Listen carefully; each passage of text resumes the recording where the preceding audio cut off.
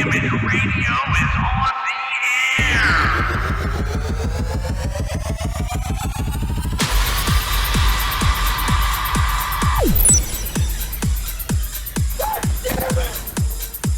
Golden Image. Oh, I finally got to craft this game. Rock on. Oh! Wow. No, no, no, no, no, no, no, no, no, no, no.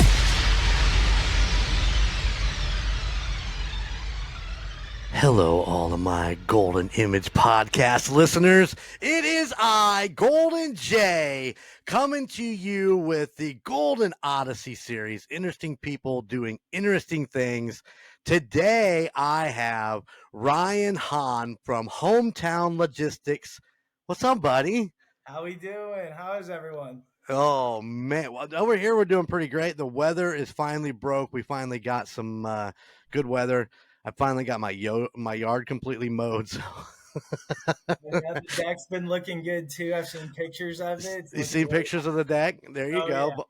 Yeah.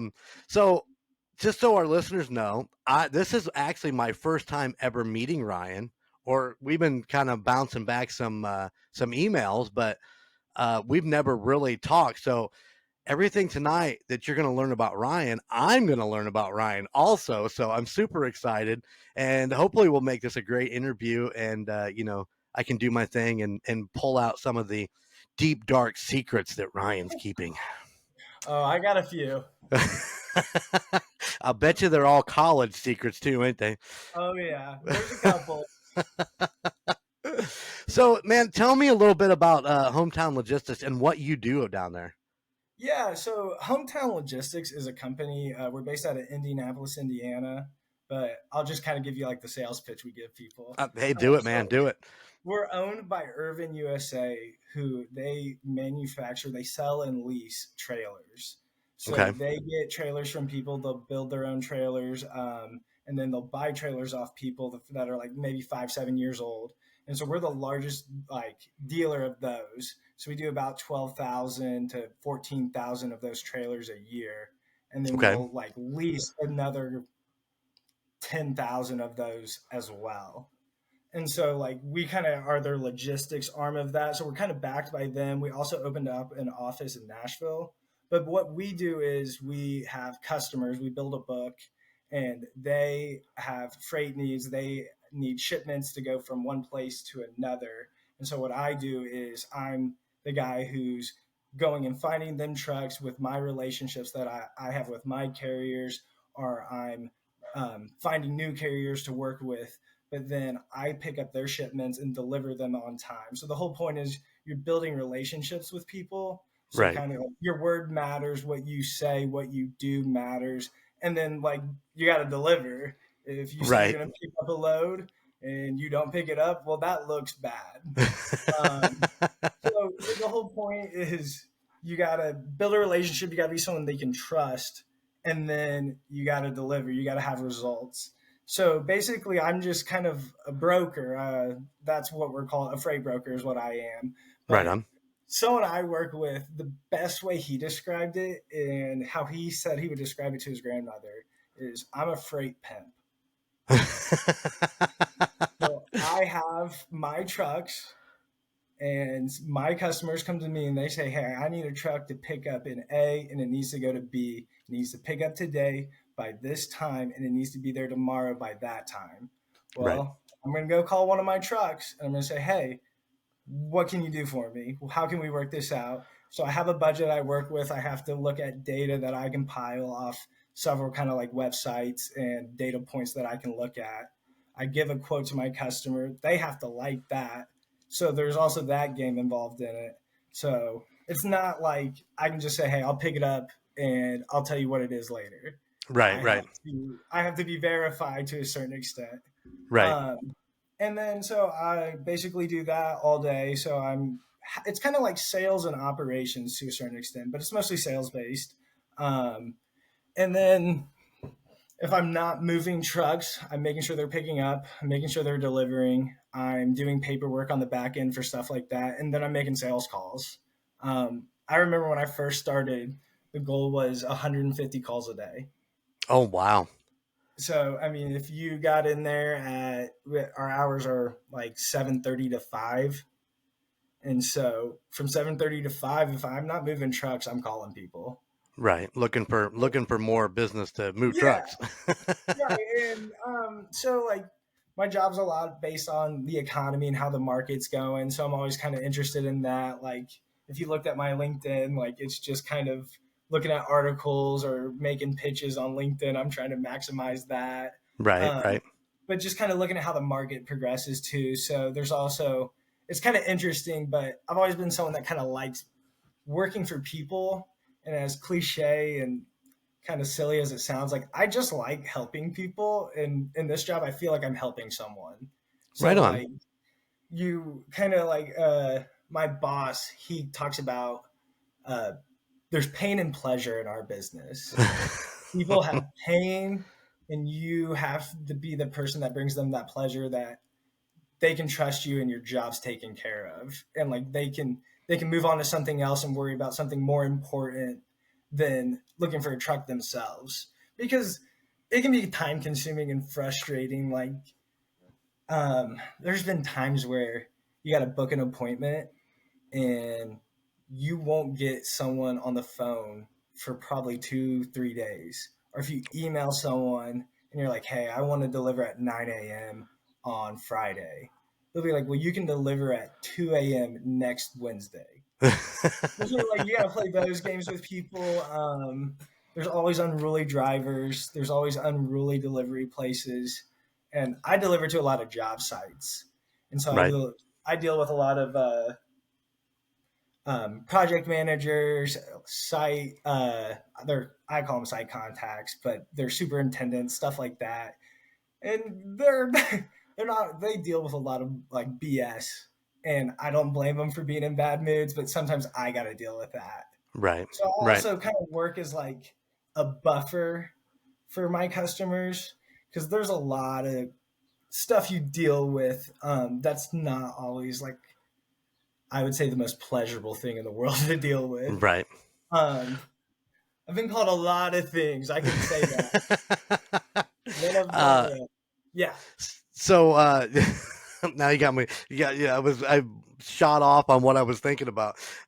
Yeah. So basically, you have to listen to everybody scream and yell at you, and you just have to take it and then try to fix it. Oh yeah. So I'm a problem solver. That's Right. what I do. And you know the age old saying, like crap rolls downhill. I don't want to cuss, so I want to be respectful. So I'm sorry, but like yeah, crap rolls downhill, and I'm always at the bottom of the hill. Like, there's nowhere where I'm above anyone else. And so Right. yeah, like, if someone's gonna get yelled at in a situation with a pickup, something in transit, or something at the delivery, it's gonna be me, and someone's got to answer questions, and I've got to be the one that answers them. And so, like, go ahead. Like it's a trust thing. So I like in my like to me in my job, like my word is everything. So like if I go and call a truck and say, hey, when are you gonna pick up today? And he tells me 10, I'm gonna turn around and tell my customer, hey, that driver is gonna be there around 10. Right. And then if that driver's not there at 10, my customer's gonna be like, why? Where is he? You said he was gonna be here, and like that's something you have to answer for. Right. So it's always kind of like dealing with that and combating that.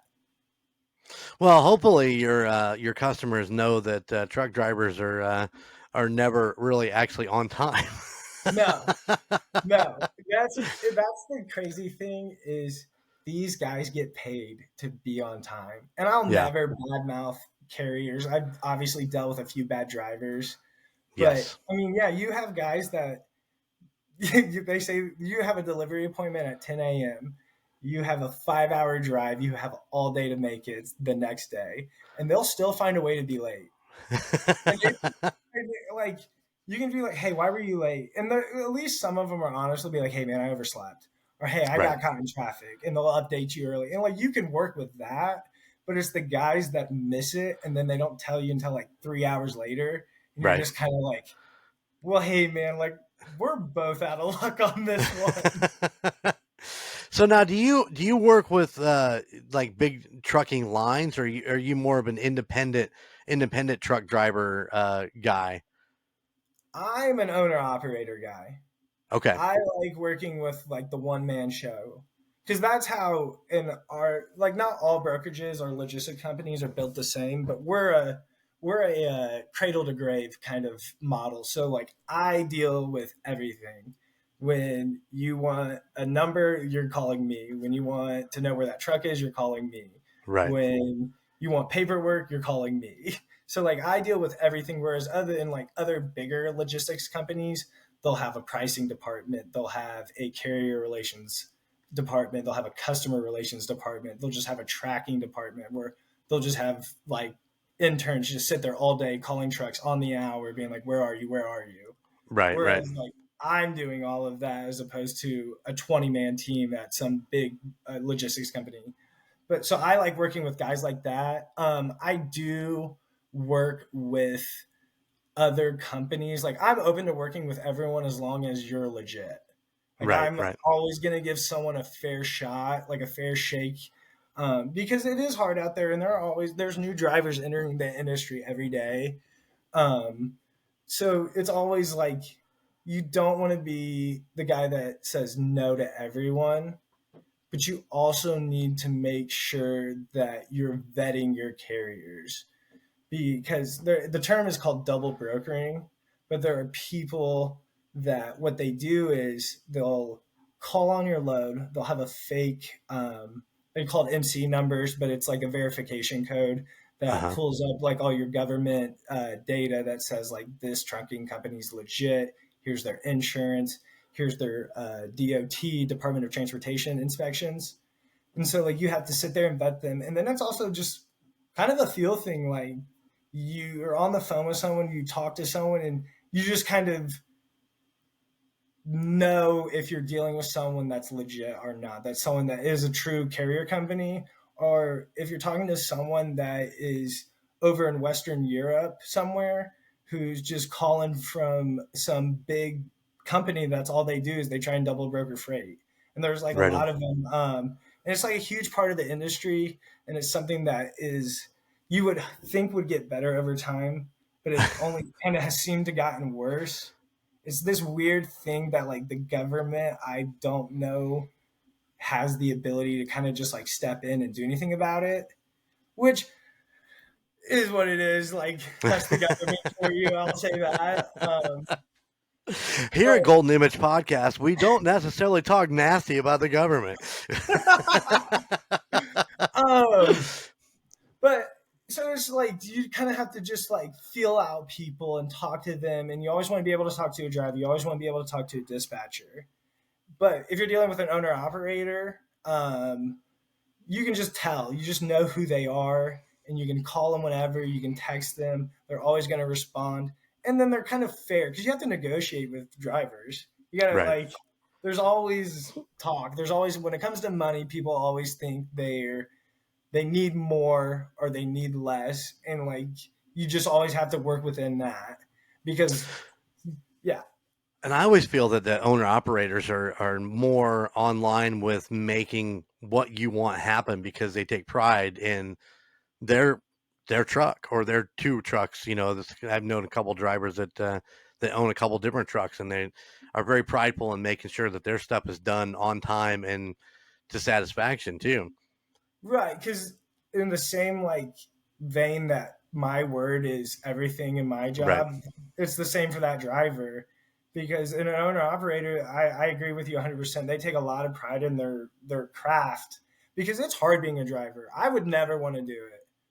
Like it's not a pleasurable lifestyle in my eyes. Like it's hard hours. I don't think people truly comprehend what drivers go through on a daily basis. And I'll even badmouth my industry. Like there are bad brokers out there Right. that treat drivers terribly. Like there are several people that brokers that'll be like, yeah, you have a 9 a.m. appointment tomorrow, and that appointment's really not till 2 p.m. Well, you've ruined that driver's entire day. Like he can't go make money because Right. his whole way of making money, making a living, is picking up a load and delivering a load. And he's got to do that as many times as possible while working within government regulations. Like he has a 10-hour reset, or a 24-hour reset after every 10 hours or 700 miles or say. So they Right can on. only do that much driving, and then they got to stop. They can't drive. They can't even really be in their cabs a lot of times on certain, like in certain areas, certain states, or they got to go get a hotel. They got to pay for that. So like they can't, like, yeah, there's a lot to it. If you have like a hotshot driver who's a guy in just like a Ram 350 with a 40-foot trailer on the back, and he's Gotcha. driving 2,000 miles, he's got to go stay in a hotel unless he wants to sleep in his truck, which is like, I wouldn't do that. I'm sure there are a lot of drivers that do that, but I mean, you count me out. Yeah, I'd like to get a shower and a soft bed, not a gear shift in my butthole. Yep, exactly. That's the last thing you want. I mean, and it's, they deal with. If there was anyone underneath a broker in terms of dealing, being at the bottom of the hill, it'd be the driver. Yeah. Because it's just everyone's kind of getting thrown around. So that's where, like, I talk about relationships being important. Like, you want to work with drivers that are prideful in their work and they do what they say. And like, so that's what I want to work with, because I want to do that too. Because a lot of my job is dependent upon the driver. And so working with good drivers makes kind of like because everyone can get what they want. The driver can keep working, keep making money, because that's what they have to do to make money. And then I can keep doing a good job for my customers. And that's how I make a living. And so like it works out for everyone. And then the customer is happy, because to me, and I guess I don't want to sit there and say it's about making money and that's what makes people happy, because I've lost a lot of money for my customers. It's just been like, hey, I did this, like, let's move on. Like, if you can help me out on the next one, that would be really cool. But if not, like, it is what it is. At the end of the day, it picked up, and that's what's important. Right. So how did you get involved in this field? I went to Wabash College, which is Okay. an all-male private liberal arts school in Crawfordsville, Indiana. Good old Crawfordsville. Yep. 45 minutes south of Lafayette, about an hour north of Terre Haute. So it's just kind of in this little pocket. And I was a religion and art double major, because at Wabash, like, you got to take classes and everything. It's about getting credits in all these disciplines, and that's how you get your degree. Okay. And then you have like your senior comps at the end of in between your first semester and second semester senior year. You have to pass those to graduate as well. So that's like 3 days of testing in the middle of winter break. That's pretty interesting. But so as you can tell, being a religion and art double major, pretty hard to get a job. I wasn't going to bring that up, but you know. No, I mean, I kind of like, I fell into this idea that these are two things like that do interest me, and I'm interested in learning about. I'm interested in doing art. I worked a lot in sculpture. I did a lot of photography, and then did drawing and sculpture as well, but mostly pottery too. But it was kind of a mixed media of clay and sculpture. So okay, that was kind of what I did for my senior studio. But basically, I was just kind of, I passed my comps. I was like, man, I really need to get a job. And I started applying for all these sales jobs, all these kind of like artsy jobs, where I was going to be like maybe a digital media guy. I could do editing for people because I had done that in the past. And then just kind of kept bombing on sales interviews. And then Wabash is kind of like, we always base our rankings off the Princeton Review. And so our alumni network is like, they're really strong. They call themselves the Wabash Mafia. So I guess I'm a part of that now to a certain extent. But, they've always been ranked like first or second in the Princeton Review for alumni network. So some alumni just reached out to me, and Hometown started in like 2018. Okay. And so like we're a rather young company, but the first employee at Hometown was a Wabash guy. Okay. And so A second guy got hired the year before I graduated. And then I was just kind of like, man, I don't have a job. And I was probably honestly one of the last seniors to have a job because someone from our career services sent me an email and said, apply for this job. It was so I went into an interview in a full suit, like tie, buttoned up, dress pants, the suit jacket, everything. And everyone's in t-shirts and shorts. Like what me and you are wearing right now is my work attire. And so I already felt out of place. Like I was like, oh man, this is corny. I look terrible. Just had a really good interview, met with the CEO and the COO who are like on the floor every day. I talk to them every single day. Like we're not this kind of like, we're not the corporate America kind of lifestyle. Like we're very kind of, it's a hometown kind of feel. Right. Like you're working with your friends on a common goal. That's kind of how we treat it. So I just had a good interview, and literally I was driving back to go to class because I was still in school at the time, and got a call, and they were like, hey, we're going to send you an offer letter. And I've been there ever since. I graduated May 15th, moved to Indianapolis May 16th, and my first day was May 17th, and I haven't looked back. Nice. And you love it, and you love it there. Yeah, I mean, I truly do love what I do. I love the people I talk to every day. I love the people I work for because at the end of the day, I work for people, not only at my company, hometown, but my customers. I work for them. Right. And I get a lot of I guess I just get a lot of pleasure out of kind of being a servant for people and getting to work for people and help people.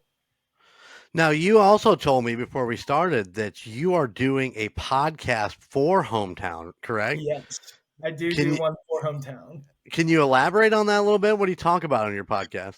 So we are called What's Your Best Rate?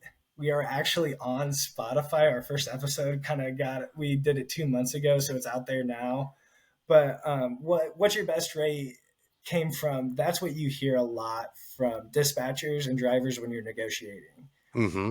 You sell a load as in, this load picks up here, it delivers here, it is this product, it weighs this much, this is the times for pickup, for delivery, this is what I'm posted at.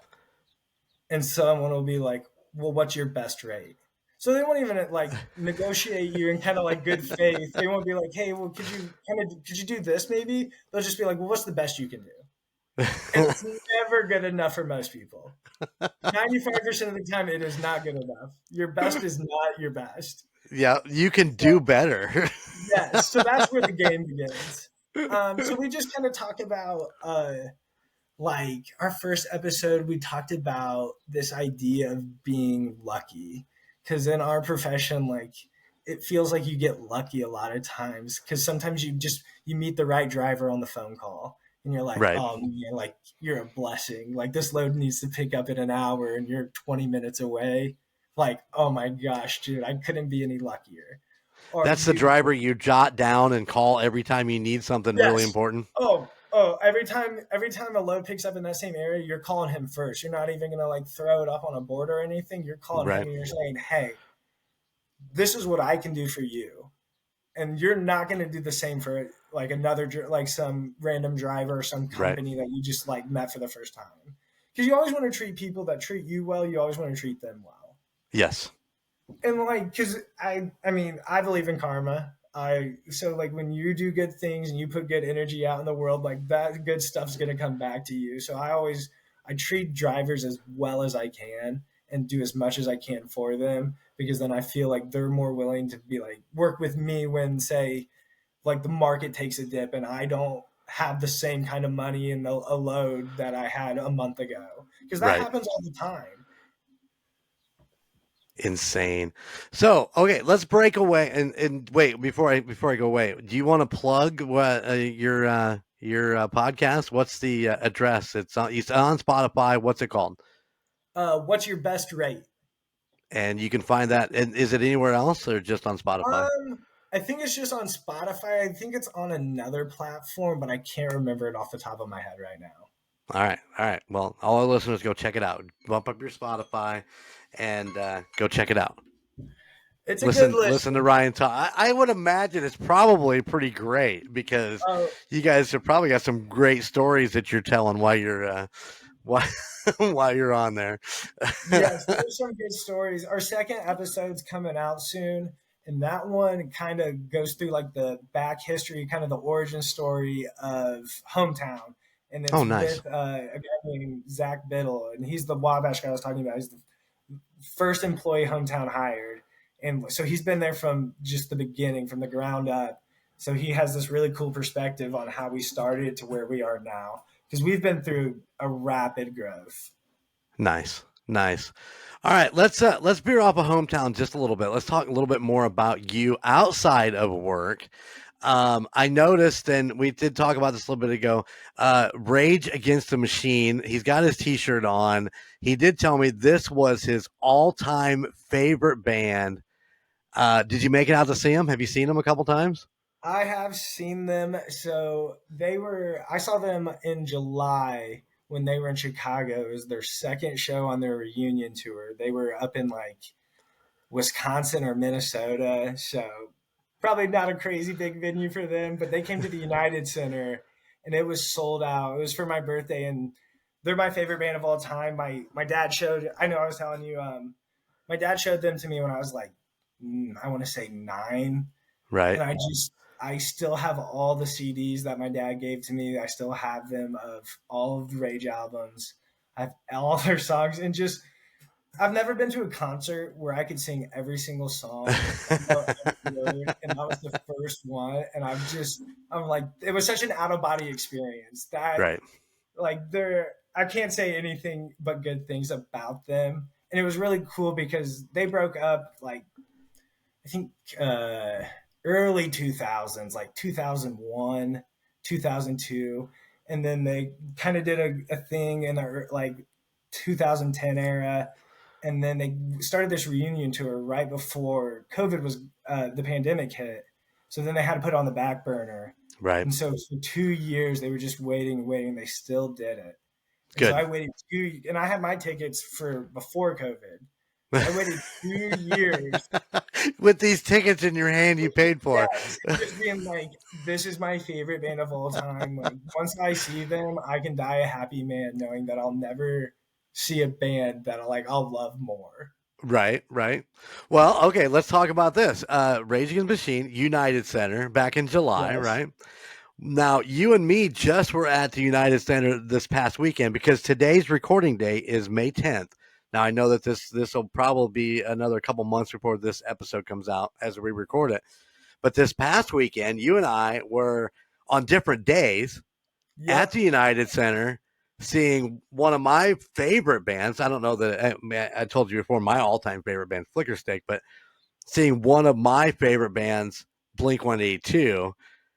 I want your hot take on that show because it was the second city on this basically reunion tour, with the original 3 members. What's your Right. hot take on that show? Hot take? I think my hot take is the right take. It was unreal. So my so Rage Against the Machine is my favorite band of all time, and my girlfriend is Blink 182 to her is Rage Against the Machine to me. Right. Yep. So as soon as she said, "Hey, they're going to be in Chicago," we knew we had to go. And just hearing them and the way they sounded,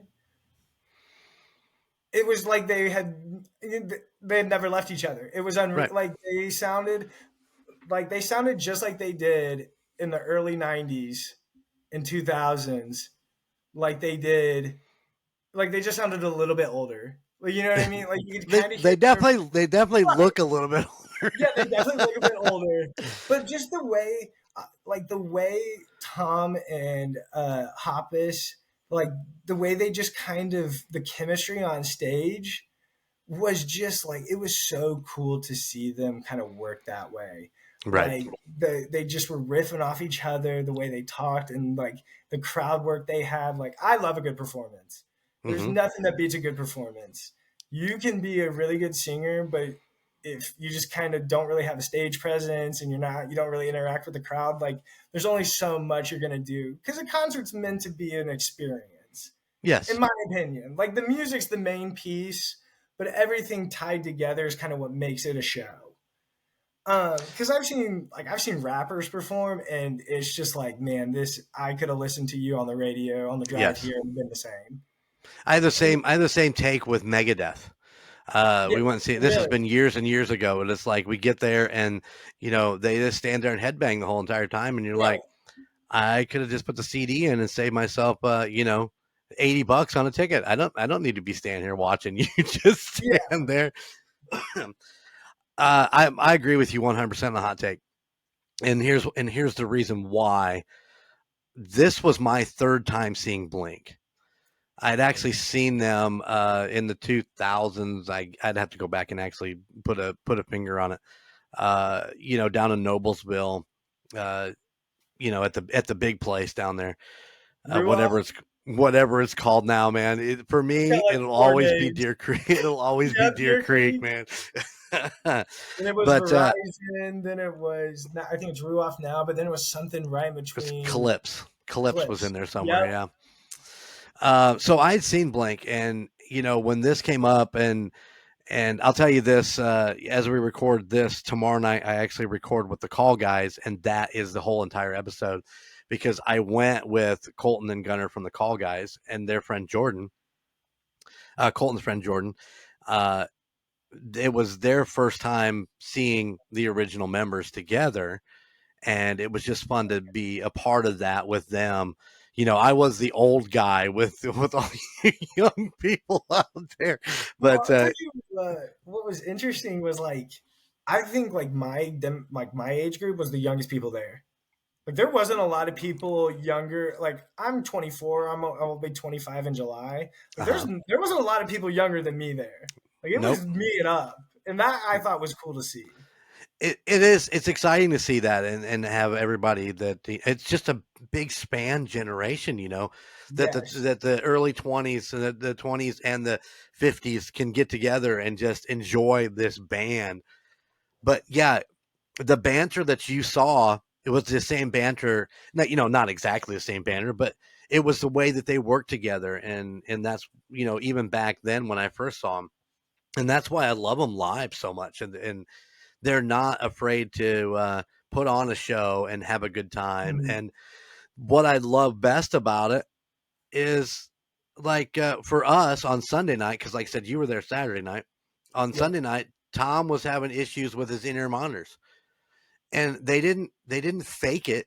They were like, "Hey, we're gonna take a minute while Tom fixes his ear monitors," and Mark's like, "I'm here to talk to you," and then he would just riff, and just have a good time. And Oh, that to me is a sign of a band that is confident in what they do, is the fact that they're not afraid of like, oh my God, this is all screwed up, we need to stop. They just make it work. And it was just amazing. And I think they were as good, if not better than they were when I seen them years and years ago. there was one point on the Saturday show after a song, Mark goes, "Sorry guys, I gotta come clean real quick. I missed a chord, one chord in that song, and and to make it up to you guys, I'm gonna do it right now." And just goes ding, and it was just like it was so funny. But I want to ask you a question about the show Okay. and just your overall experience. Has Travis Barker kind of always kind of been like that? Because during the Saturday show, at the end of it, he just got up, threw a drumstick, left. Like there Yes. wasn't really anything. Whereas like Tom and Mark were like saying hi to everyone, talking to people. Like Travis was like, "I'm here to do my job. I'm here to play the drums, and I'm here to go." And it was just like I didn't know if he was always like that, because if he's always like that, then that's I get it. But like if he was just like I was like, is he mad at someone? Because like you're always interested when bands get. I was like when I saw Rage, I was just like I was almost more interested in how they interacted in between songs, because I was there Right. when Zach De La Rocha, the lead singer, he tore his Achilles during that show. Like Oh he wow. was Yeah, he was singing during a song, and he's always like running around the stage, and he like just jumped and fell, and they like took him off stage. I thought they were gonna cancel, but like and he just came back on. He sat on a speaker and sang the rest of the show. It was insane. But I'm always interested when like bands kind of they get a reunion, and then I'm always interested in how they kind of interact on stage. So I didn't know if Travis was always like that. Travis Barker is that is him. He is just that. He's real. How do I put it? I don't think if he was in a band, I think he'd be an introvert. I think he would just stay in his house and not really deal with any of the outside world. He is that guy. He does all these things, and he's you've seen him drum for rappers or drum for all these different bands and stuff over the years. But that's it. He's that work related guy. He goes in, he does his job, and he leaves. He's not really that out. I mean, you look at Tom and Mark, and you go, yeah, they could walk into any room and talk to anybody in this room and have a full on conversation for the next 4 hours. And Travis is that guy that walks in and goes, "Hey, how you doing? Gotta go." Yeah. So yeah, no, Travis is not. He's not. He the guy he's the hardest working guy in that band. I mean, Oh yeah. it's just amazing to watch him play. But yeah, that's how he is. So I think I was like, oh man, like maybe he's just like that. Like I don't think he's a bad guy. I was just like, maybe he's just like he's very professional. He's like, I'm gonna come in here, I'm gonna freaking murder these drums, I'm gonna blast your minds with the like his solos were so cool. Like the one where they lifted him up, I was like, oh that's and he's just like, I'm just gonna do that. I'm gonna blow your mind and I'm gonna leave. Like I'm gonna know I did a good job. What was now? See, I'm being a fan. I was a little disappointed in the actual drum solo thing because, like I said, years ago when I seen him, they did the lifting up. He was on hydraulics, but he spun. He just spun, and while he played, and he really did have a giant flaming fuck sign behind him. That's insane. So I was actually anticipating that, but they kept him up there and on the lift for a long time. It wasn't like they raised him up, he did a solo and they raised him back down. He just kind of hung out up there, and that had to have been a great view, probably the best view in the house. That was such a cool. I like just being able to look out. Were you sold out too? Because I didn't see enough seats when I was there. We had some open seats in front of us for the first two bands, but man, as soon as it got close to Blink, man, everything kind of closed up. Yeah, it was sold out in full. Turnstile. I was going to ask you what your opinion on the opening. Did you guys have Beauty School Dropout then too? Yeah, we had them first and then Turnstile. Right. I actually enjoyed Beauty School Dropout to an extent. And for our night, they were really, really, really bass heavy. So it was all bass and all bass drum. Okay. And you really couldn't pull out the vocals. I never even heard a guitar, and as a musician and a recording artist, these are the things I look for. Turnstile was that too, because their vocals were really muffled. Beauty School Dropout. I'll say this. I liked them better than I liked Turnstile. Yeah, that was point. I only liked them to an extent. Right. Exactly.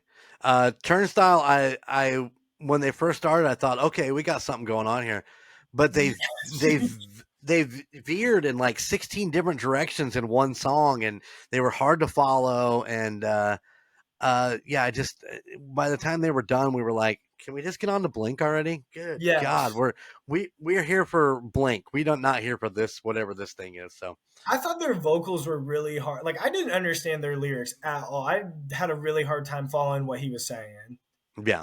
Yeah, exactly. And then the whole as we turn this into the Call Guys episode, this is going to record tomorrow night. The whole piano thing. As a musician, you watched him play it because they had the big screens up with them, the cameras on them.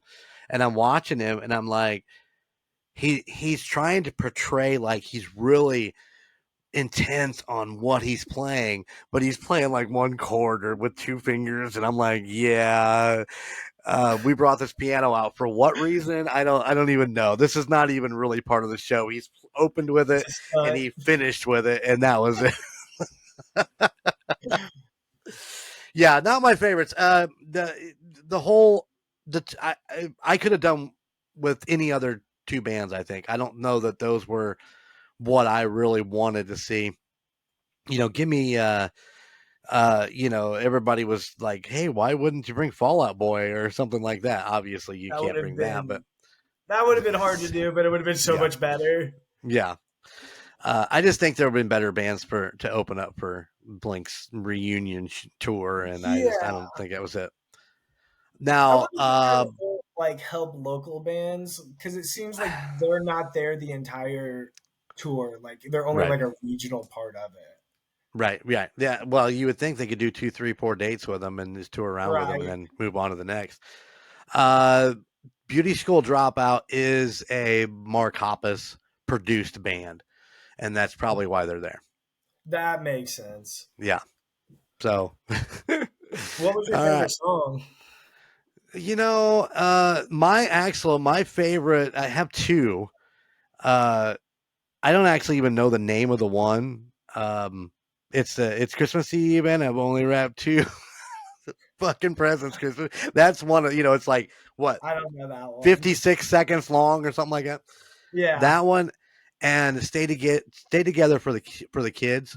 That was my favorite. And they played those two back to back. And I was like, this is like the perfect segment for me is right here, right now. So that was my favorite song. Because like my Stay Together for the Kids is about divorce. And like my parents got divorced. So like that song, like I heard that and I was like, oh my.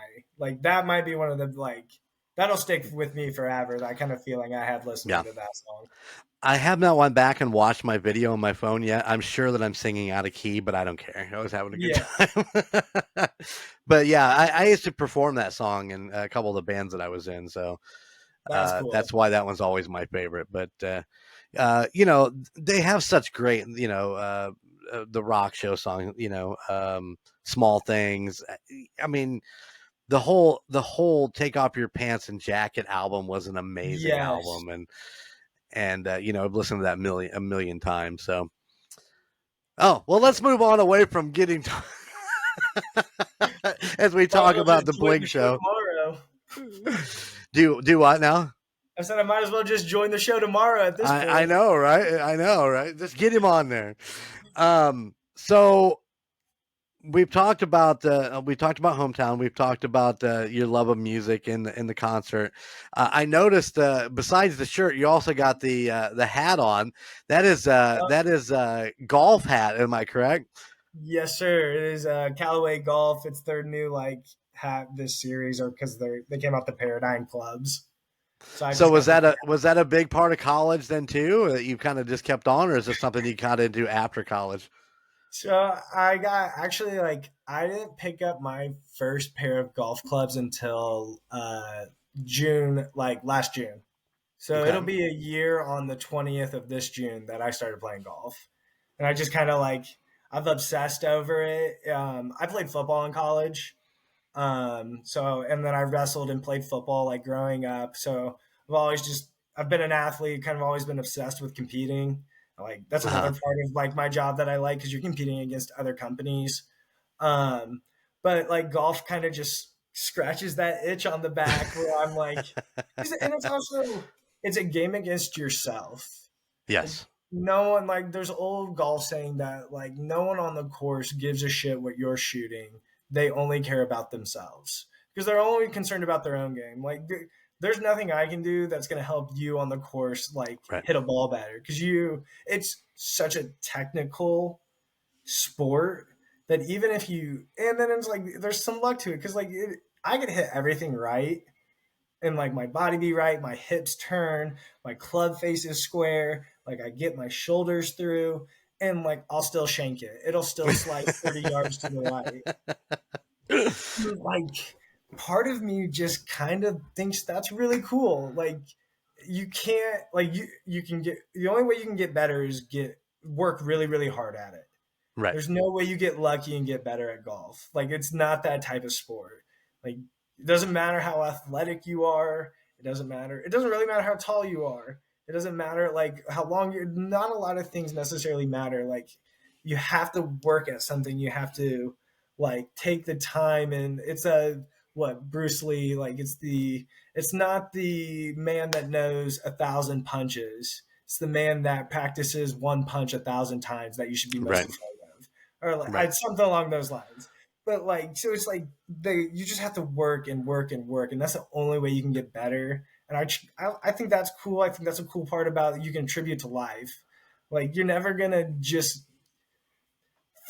people get lucky when they work hard. Like, that's kind of my mentality on when it comes to like everyone can be lucky if you work really hard. You know, like put your nose to the grindstone kind of mentality. Like, those people get lucky a lot. It seems like. Yeah. Well, yeah, you nailed it. I mean, the harder you work, I forget who I was watching or listening to where they didn't believe in luck. There was no such thing as luck. It's the hard work that pays off in the end. You know, very little luck goes into play to a hard working, whether it be golf or whether it be what you do on a daily basis. Whether it be podcasting, for to say, you get out there and you got to work at it and practice at it and keep your nose down and keep going. My old golf saying is, golf is a beautiful walk spoiled by a little white ball. Yes. Yeah. I mean, I honestly can't say it any better. I will say, like, the best lesson I was ever given. Have you ever heard of Purgatory, the golf course? Yeah. No. I just heard of Purgatory.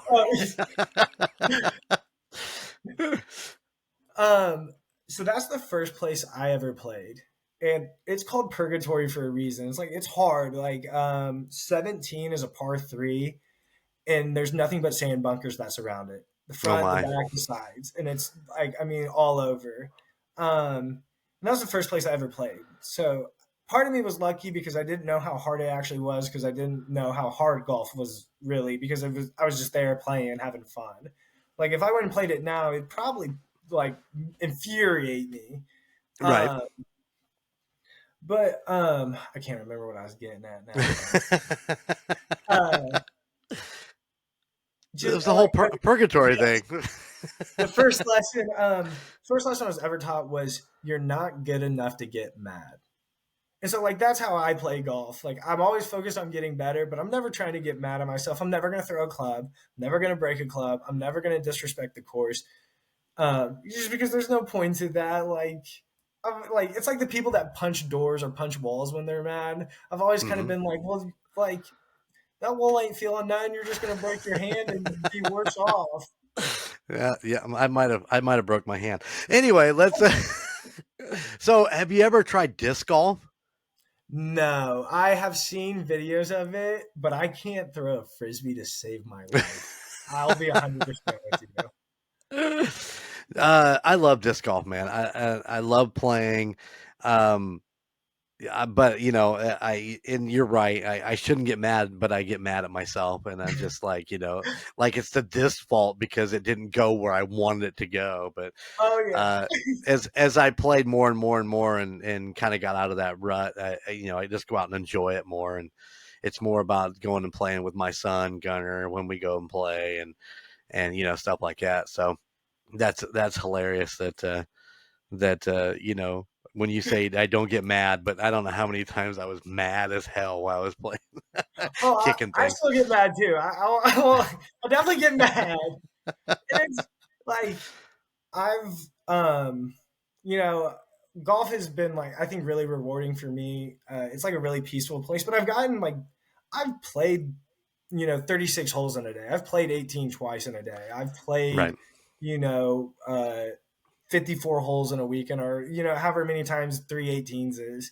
I've, like, luckily, and this is what I mean about being lucky, like, I've hit a hole in one already.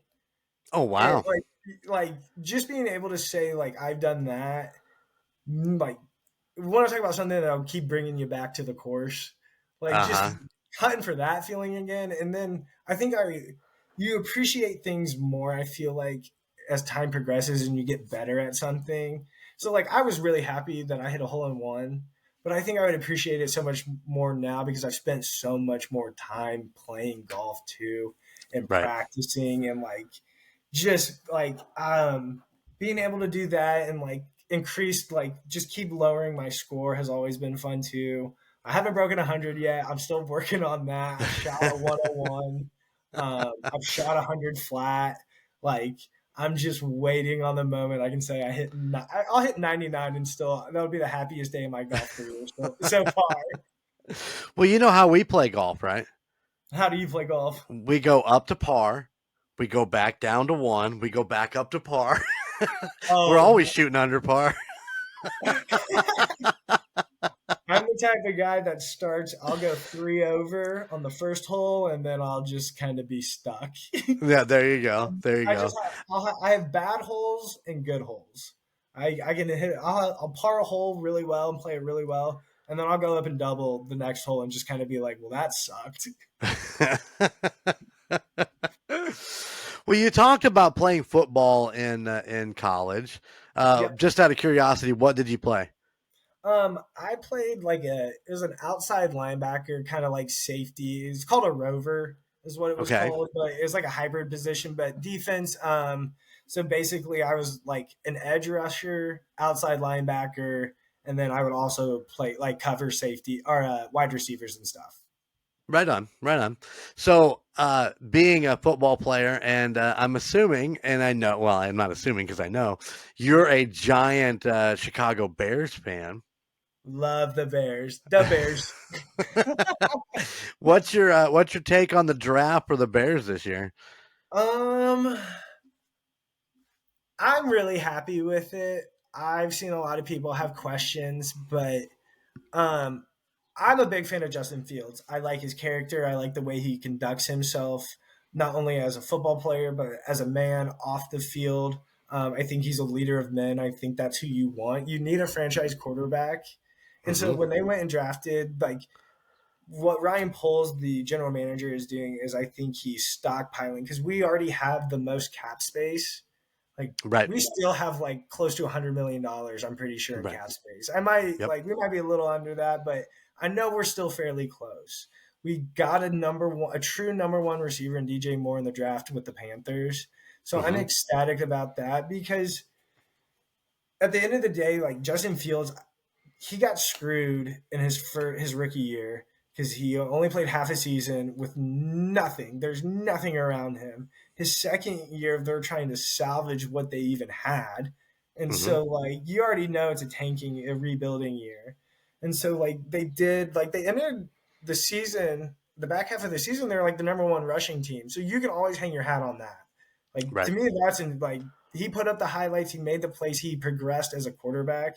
So they got an offensive tackle from Tennessee, and he's a freaking mauler, dude. Right. He's like Tevin Jenkins, the guy from Oklahoma State they got last year, but I think he's better skill wise. They went and got some defensive players. They went and got a receiver. I think they made all the right decisions while also still getting draft picks for next year because it's not like Rome's not built in a day. You're not rebuilding a franchise in a year. Like you got to be lucky to do that. You got to draft Patrick Mahomes to do that. You know what I mean? Like you need a generational. Like when the Colts drafted Andrew Luck after Peyton Manning, I was like, oh man, we freaking found it. We got the dude. And then they just beat him to hell. Hmm. And so like I don't want the Bears to do that to Justin Fields because the Bears will always be my first love. And then there's Ferrari and F1, and then there's the Colts. Right Uh, on. so then like just knowing like the Andrew Luck story, I don't want the Bears to do that. So I'm happy with what they're doing. I'm happy that they're keeping inventory almost. They're stockpiling picks, which are like that's draft capital. Money isn't the biggest thing in the NFL. It's draft picks. Whatever Right. anyone tells you, it is draft picks. That's what owners care about. That's what GMs care about. That's what head coaches care about. And they're the ones calling the shots. Yep. And so, like, if you don't have draft picks, like, you don't have real estate. You don't have anything to bargain with. Um, and so like I think they're doing the right things, and I still think they're going to make big splashes. I think it'll be interesting to see what they do when training camp ends for everyone around the league. But I still think they'll probably I still see them signing someone big because I mean, I still think we need edge rushers. I think you need someone there. I like our secondary. The two dudes they drafted last year, Brisker out of Washington, and then the other guy, where's he from? Oh, I can't remember. I'm drawing a blank. But like they have a good defense. Like the Chicago historically has always had a good defense, Right. and they've lost. They lose close games. So just I'm realistically, I think they can win 7 games. I think they'll be somewhere between 6 and 8 wins. They'll be a fringe wild card team. They might make the wild card. That would be an optimistic outlook. Would be them making the wild card. I don't think they win the division. I think Detroit's going to shock people. Like I tried. Oh, you heard it here first. Oh my, Yes, that's bold. I'll tell you this though. I can't wait to watch the Packers suck. Oh, they're going to suck. Wait. It's going to be pretty story. great. I was at the game when Aaron Rodgers was playing the Bears 2 years ago and scored a touchdown and told the crowd, "I own you." I was at that game. I was in the opposite end zone, and I saw him talking to the crowd, and I was like, not going to say a lot of obscenities were being yelled at Aaron Rodgers. And then after the game, like, you're sad because we lost, of course, because he does own us. He wasn't lying. Yes, he wasn't lying, and that's the part that hurts more. That's what hurts more. Right, and right. Seeing what he actually said, and I was like, oh, damn, I can't even, like, he's right. Just like, darn. Listen, I think that Chicago made the smartest choice that they could have made by trading out that number 1. Yes. I don't think there was anything there that they really needed because they had Fields, and we all knew that those quarterbacks were going 1 and 2 in the beginning of that. So I think they made an extremely smart move, trading those out, getting some more draft capital behind them. And I was excited to see them get the offensive tackle and something to protect Fields, because I think a lot of us, and I'm a Chiefs fan, obviously, if you look at my background, but you want people like Justin Fields to succeed because you want to be able to have those what's the word I'm looking for? Like the Joe Burrow and the Josh Allens, the competitiveness and all that stuff. And we want Chicago. I mean, Chicago's too close to us not to care about. So, you want to see them do well, and you just keep being afraid that they're just going to end up being the next Cleveland dumpster fire. And no matter what they do, they just can't seem to get it put together. But a lot of it rests on Justin Fields right now and being a leader and getting out there and doing all these things that need to be done. And I think he can do it. I think they just need to get a little bit more personnel around him. They need a big time wide receiver number 1 to. They had is Conway still there? No. So I think the top 3 will be DJ Moore, who they got from the Panthers. But I think he can be a wide receiver 1. He was in Carolina.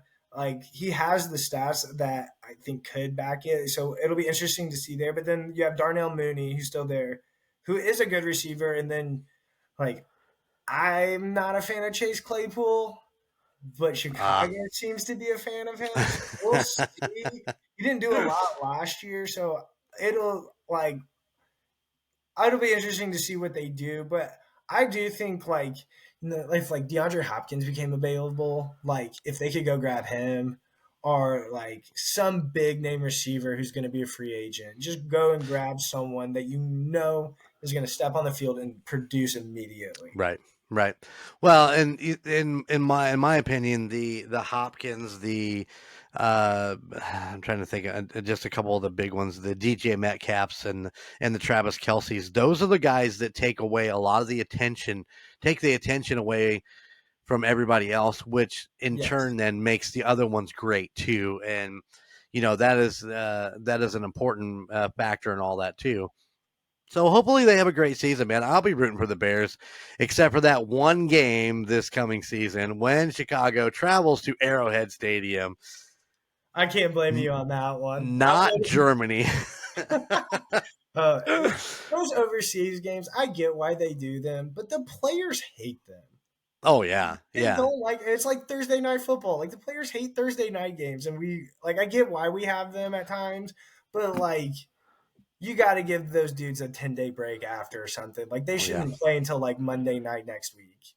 Well, let's take Commissioner Goodell. Let's take him out on the field. Let's beat the living shit out of him. Throw him the ball and let people tackle him and throw him to the ground. And he can stand up there and go up against Travis Kelce or Jason Kelce at center and then tell him in 3 days he's got to do this all over again. Let's see how he likes it. Exactly. I think he wouldn't.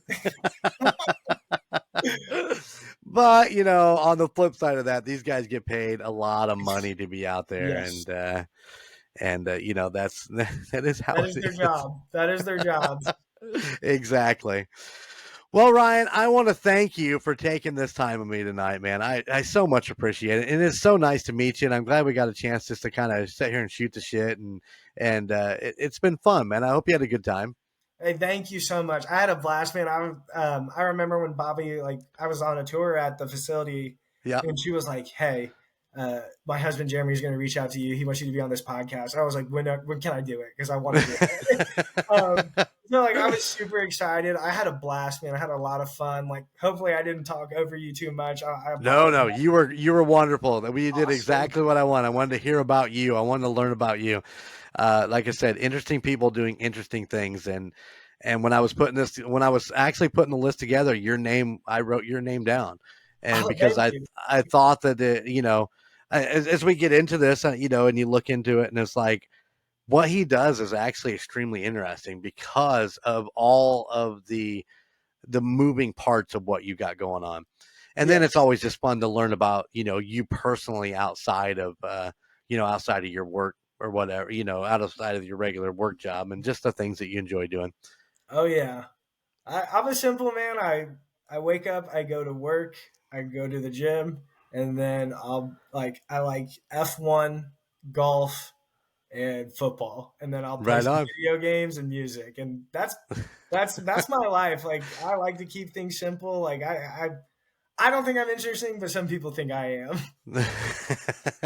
I think we're all interesting in a certain way. I just think that what you do it made for a great interview. Thank you so much. Thank you for having me. All right, let me do my outros and we'll get out of here. All right. Yes, sir.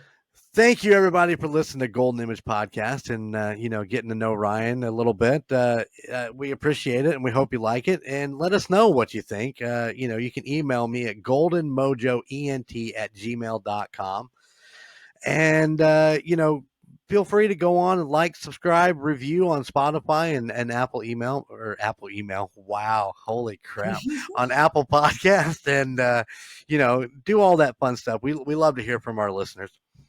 If you like Golden Image Podcast, maybe you'll like somebody else in the Golden Mojo Entertainment empire. We have the Call Guys on Mondays.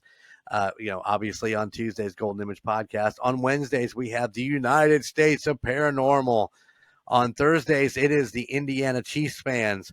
On Friday, you get a double shot. That's right. You get a double shot of MurdNerds and a quart of Books and Booze. And I probably should say this now, when this comes out, the Golden 80s podcast will be on Thursdays with me and my friend Brandon. We're talking about everything 80s.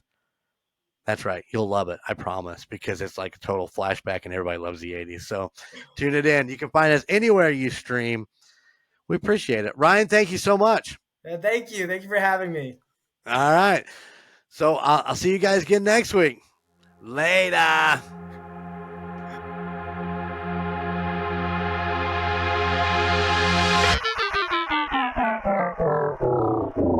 Golden Image Radio is on the air.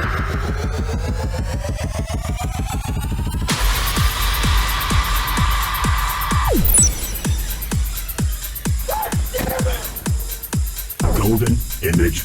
Oh, I finally got to crap this game. Rock on.